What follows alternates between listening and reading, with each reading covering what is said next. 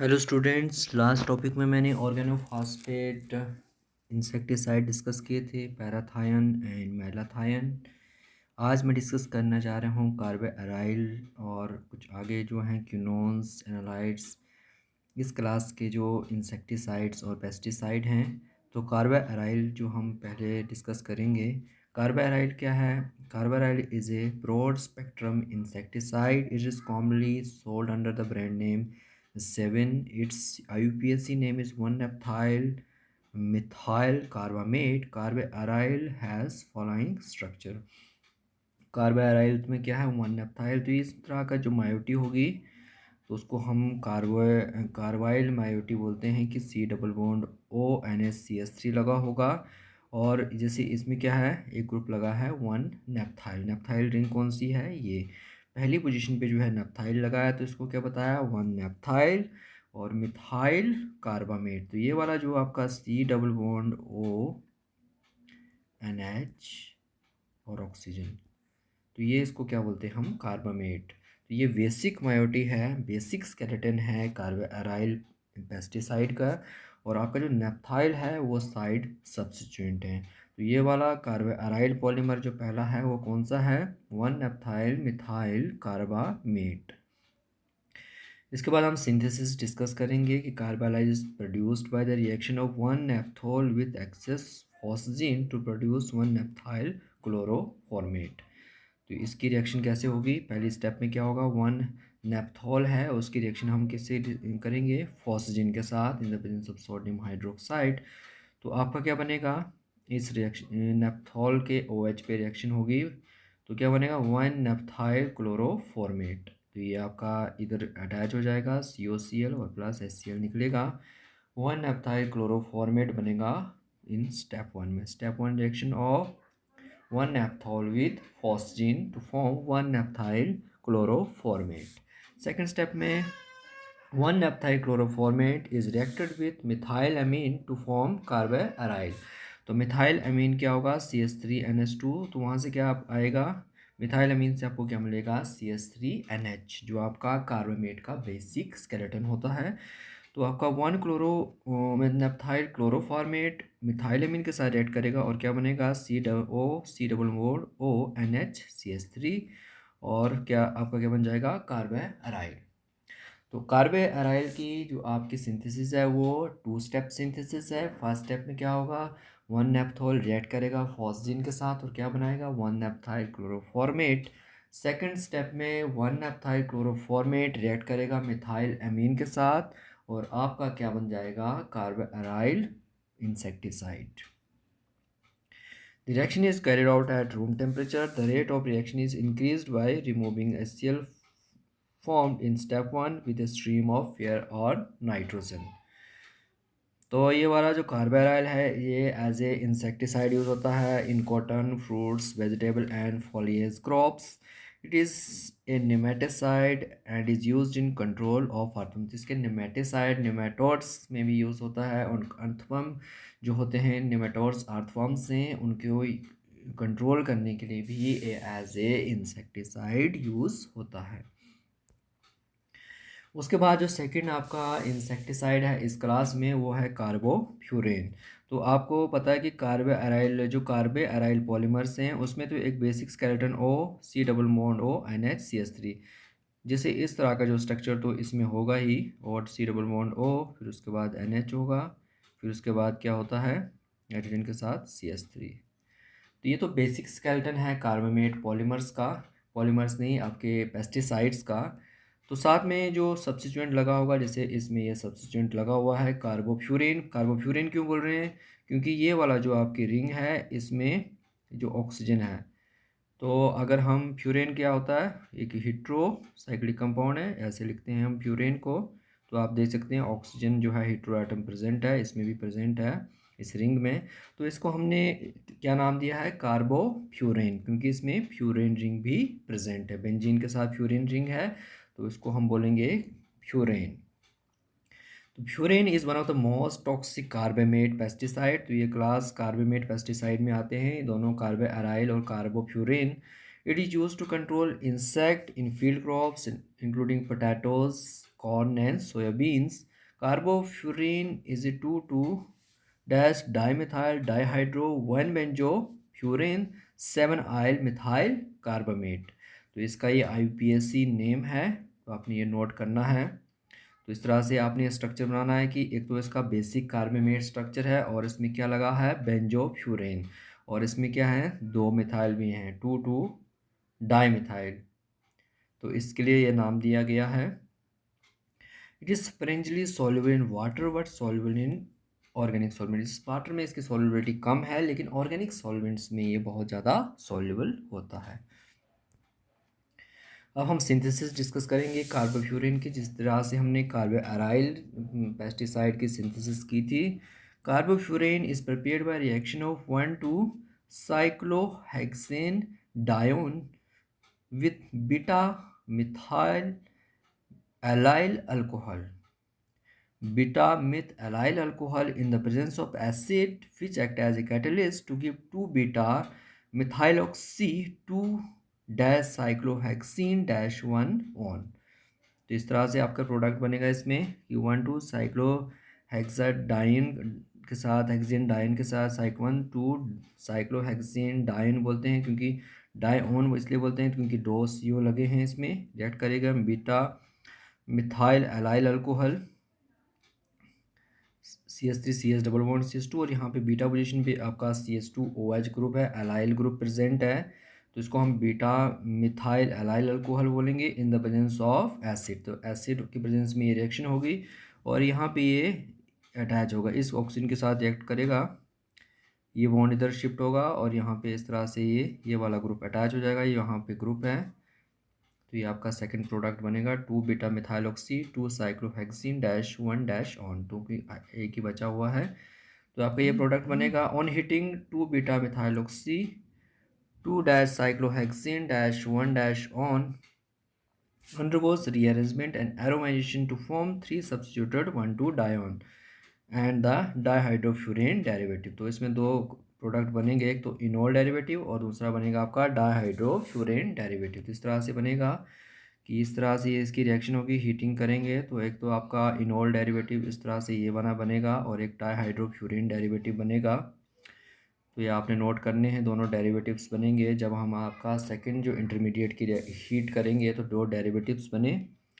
The intermediate 3 and 4 are not isolated but are further heated in the presence of aromatization catalysts such as palladium to give 2,3-2,2-dimethyl 7-benzofuranol।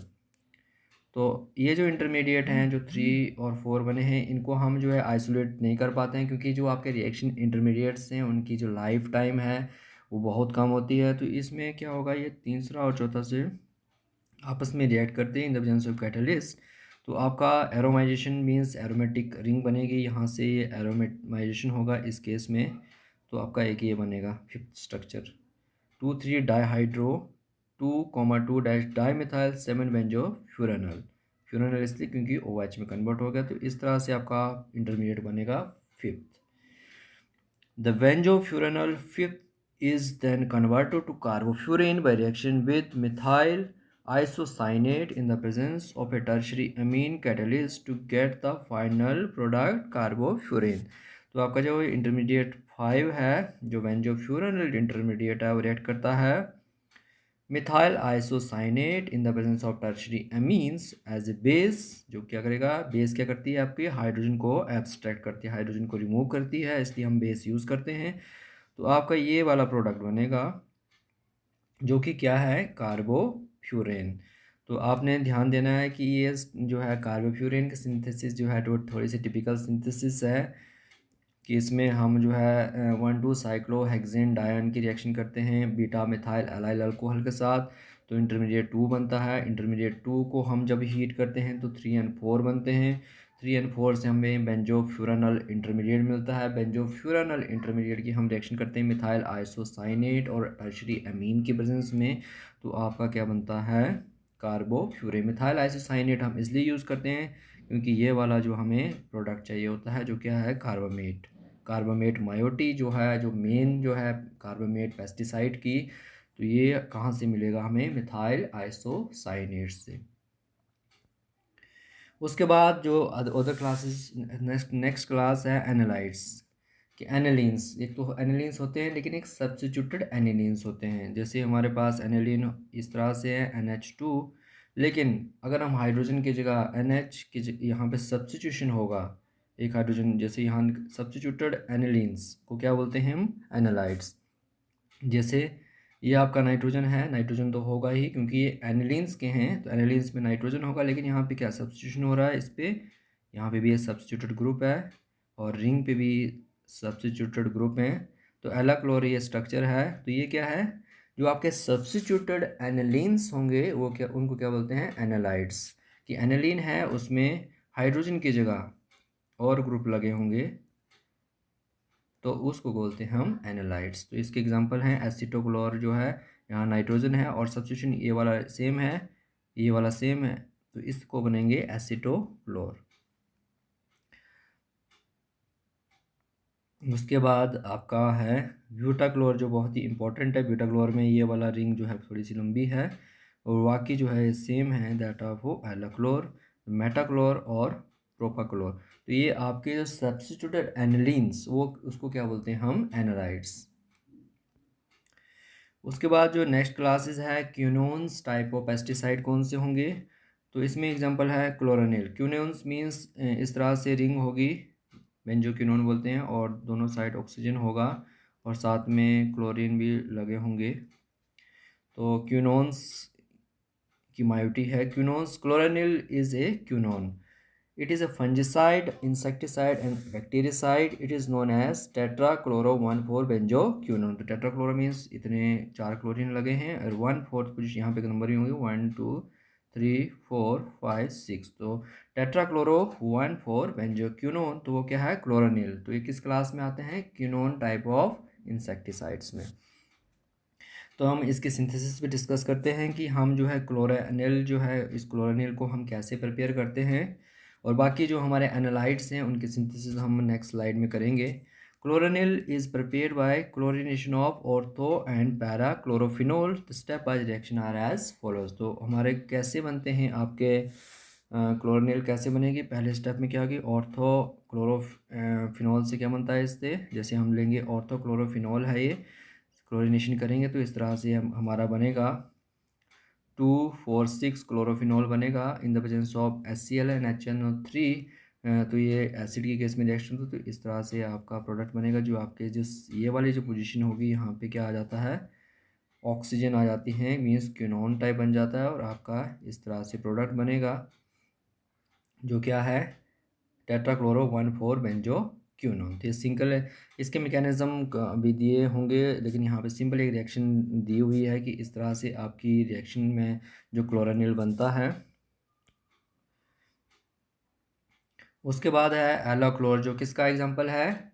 Alachlor हमने discuss किया था किसमें? एनालाइट्स में, कि जो substituted एनालिन्स होंगे उनको हम एनालाइट्स बोलते हैं। तो एनालाइट क्लास में जैसे नाइट्रोजन है, सब्स्टिट्यूटेड ग्रुप कौन से हैं? 1 2 3 4।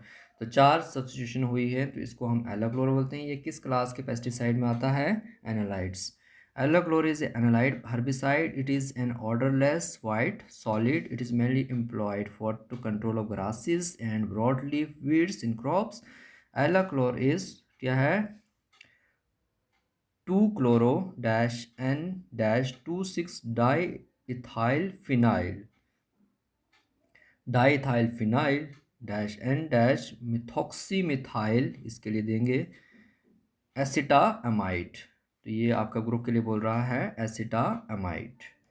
तो इस तरह से इसका नाम है एलाक्लोर। तो एलाक्लोर किस क्लास में आता है? आपकी एनालाइट पेस्टिसाइड्स में। तो इसकी भी हमने सिंथेसिस डिस्कस करनी है, तो आज ही हम इसको डिस्कस कर लेते हैं कि हम एलाक्लोर कैसे बनाते हैं। To prepare alachlor, 2,6-diethyl aniline is condensed with formaldehyde to form an imine 2.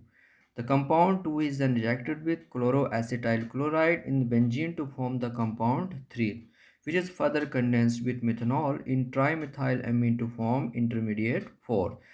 The compound 4 is reacted with chloroacetyl chloride in the presence of potassium bicarbonate to give Allachlor। the reaction है, तो इसकी हम reaction discuss करेंगे। तो आपने ये मैंने simply बताया कि इस तरह से एला क्लोर को हम बनाते हैं, तो इसकी हम रिएक्शन यहाँ डिस्कस करेंगे। तो यहाँ पे 2,6 डाई इथाइल अमीन है, ये है 2,6 डाई इथाइल अमीन आपका जो स्टार्टिंग मटेरियल होगा, उसकी रिएक्शन करेंगे हम फॉर्मेल्डिहाइड के साथ, तो आपका सेकंड प्रोडक्ट बनेगा जो आपको बताया था इमीन बनी, ये है अमीन प्रोडक्ट बना आपका। तो इस प्रोडक्ट को हम फर्दर किसके साथ रिएक्ट करेंगे, क्लोरो एसिटाइल क्लोराइड के साथ। तो क्लोरो एसिटाइल क्लोराइड के साथ ये रिएक्ट करेंगे, तो आपकी रिएक्शन कहाँ पे होगी, ये यहाँ पे होगी इस वाले नाइट्रोजन के साथ। तो एक आपका CH2Cl यहाँ जुड़ जाएगा और ये COCl यहाँ पे जुड़ जाएगा, COCH2Cl। तो उसके बाद जो आपका इंटरमीडिएट 3 है, is further condense with methanol. जो इंटरमीडिएट आपका 3 है जो यहाँ से बना, उसको हम रिएक्ट करते हैं मिथनॉल के साथ इन the presence of tertiary amine. तो टर्शरी एमीन के साथ रिएक्ट करते हैं तो आपका बनता है इंटरमीडिएट 4। यहाँ पे क्या होगा, टर्शरी एमीन एक हाइड्रोजन निकल लेगा, यहाँ पे एक NH बच जाएगा, NHCH2OCH2। उसके बाद जो आपका ये वाला प्रोडक्ट जो फोर्थ वाला प्रोडक्ट है वो रिएक्शन करेगा फिर से क्लोरो एसिटाइल क्लोराइड के साथ इन the presence of A base. तो क्या बनेगा आपका N और नाइट्रोजन CH2OCH3 बनेगा, मिथॉक्सी मिथाइल, और दूसरी जगह क्या बनेगा COCH2Cl।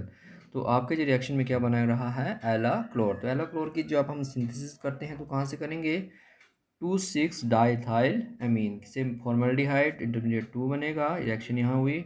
इंटरमीडिएट 2 को रिएक्ट करते हैं हम क्लोरो एसिटाइल क्लोराइड के साथ, तो इंटरमीडिएट 3 बना। क्लोरो एसिटाइल क्लोराइड जो इंटरमीडिएट 3 है उसकी हम इथेनॉल के साथ रिएक्ट करते हैं, तो यह 4 बना। फोर्थ में जो हम फिर से क्लोरो एसिटाइल क्लोराइड के साथ रिएक्ट करते हैं तो बनता है एला क्लोर। तो आपका जो सेकेंड जो एग्जाम्पल है ब्यूटा क्लोर, उसकी सिंथेसिस भी लगभग ऐसी ही है। तो ब्यूटाक्लोर, ये भी ब्यूटाक्लोर का एग्जांपल भी हम आज देख लेते हैं कि ब्यूटाक्लोर इज़ ए हर्बिसाइड और फेनोलाइड और क्लास पेस्टिसाइड। तो ये क्लास पेस्टिसाइड में आता है, ये है ब्यूटाक्लोर। तो ये भी एनालाइड है क्योंकि इसमें भी नाइट्रोजन है और यहाँ पे सब्स्टिट्यूशन हो रही है, ये सब्स्टिट्यूटेड प्रोडक्ट हैं CaOCH2Cl। तो आपने देखा कि एला क्लोर और ब्यूटाक्लोर में क्या डिफरेंस है, CH2OCH3 था यहाँ पे, लेकिन यहाँ पे क्या है ऑक्सीजन CH2CH2C, तो यहाँ पे CH2 ज़्यादा है, 1 2 3, तो 2 CH2 से ज़्यादा हैं as compare to that of alachlor. तो इसका ये एग्जाम नाम भी है N butoxymethyl 2 chloro N dash 2,6 diethyl phenyl acetamide. तो ये वाली रिंग जो है थोड़ी लंबी है इस केस में, ब्यूटाक्लोर के केस में, as compare to that of alachlor. तो हम आगे जो है अब ये भी डिस्कस करेंगे कि ब्यूटाक्लोर की सिंथेसिस कैसे होती है। तो ये ब्यूटाक्लोर की सिंथेसिस जो है वो भी कैसी है, सेम टू सेम है as that of alachlor. तो ब्यूटाक्लोर में भी आपका स्टार्टिंग मटेरियल क्या होगा, 2,6 डाई इथाइल अमीन, जिसकी रिएक्शन करेंगे हम फॉर्मल्डिहाइड के साथ। तो आपका इस तरह से प्रोडक्ट बनेगा कि N+CH2, यहाँ पे CH2 आ जाएगा, इस तरह से आपके प्रोडक्ट बनेगा सेकेंड इंटर, जैसे आपका एला क्लोर में बना था। तो इसके साथ हम फिर से क्लोरो एसिटाइल क्लोरो के साथ रिएक्ट करेंगे जैसे हमने एला क्लोर में डिस्कस किया। तो इस तरह से हमारा इंटरमीडिएट बना था, नाइट्रोजन CH2Cl और इस साइड C+O CH2Cl। तो हमारा जो तीसरा इंटरमीडिएट है उसको हमने क्या वहाँ पे किसके साथ रिएक्ट किया था, मिथनॉल के साथ। तो इसमें हम जो प्रोपेनॉल जो आपकी 1 ब्यूटानॉल के साथ रिएक्ट करेंगे, जैसे 1 2 3 4। तो ब्यूटानॉल उसमें क्या था, मिथनॉल, क्योंकि हमने अरे CH2 चाहिए। तो इस केस में हम मिथनॉल की जगह क्या यूज़ करेंगे, प्रोपेनॉल। ये वाला जो स्टेप है यहाँ पे डिफरेंस आएगा इन द प्रेजेंस ऑफ टर्शरी अमीन। तो आपका इस तरह से इंटरमीडिएट 4 बनेगा, NHCH2OCH2CH2CH2CH3। तो ब्यूटाक्लोर और एला क्लोर के सिंथेसिस में क्या डिफरेंस है कि हम जब इंटरमीडिएट 3 को रिएक्ट करते हैं, इन केस ऑफ एला क्लोर में इंटरमीडिएट 3 को रिएक्ट करते हैं हम मिथनॉल के साथ, और ब्यूटाक्लोर में हम इंटरमीडिएट 3 को रिएक्ट करते हैं ब्यूटानॉल के साथ। तो बनता है इंटरमीडिएट 4 को हम फिर इसी तरह से KHCO3 के साथ बेस के साथ रिएक्ट करेंगे। तो इस तरह से आपकी ये सब्स्टिट्यूशन होगी नाइट्रोजन के अराउंड और ये सेम रहेगा। तो आपका क्या बनेगा, ब्यूटाक्लोर। तो आपके जो एनालाइड की क्लास में जो दो इम्पॉर्टेंट पेस्टिसाइड हैं वो कौन से हैं, एक एलाक्लोर पेस्टिसाइड है और एक ब्यूटाक्लोर पेस्टिसाइड है। और आपने जो है इनकी सिंथेसिस जो है, ये जो स्टेप्स हैं जो भी सभी कार्बोफ्यूरिन, कार्बो एराइल, एनालाइड्स, क्लोरो एनिलीन, क्लोरोनिल जो आपका है, एलाक्लोर, ब्यूटाक्लोर हैं, इनकी सिंथेसिस जो आपने जो है बुक्स जो आपने नोटबुक पे आपने राइट डाउन करनी है। और आपने पर नोट्स जो है सेकंड चैप्टर के नोट्स जो हैं प्रिपेयर करने हैं। तो आज के लिए इतना ही। Thank you.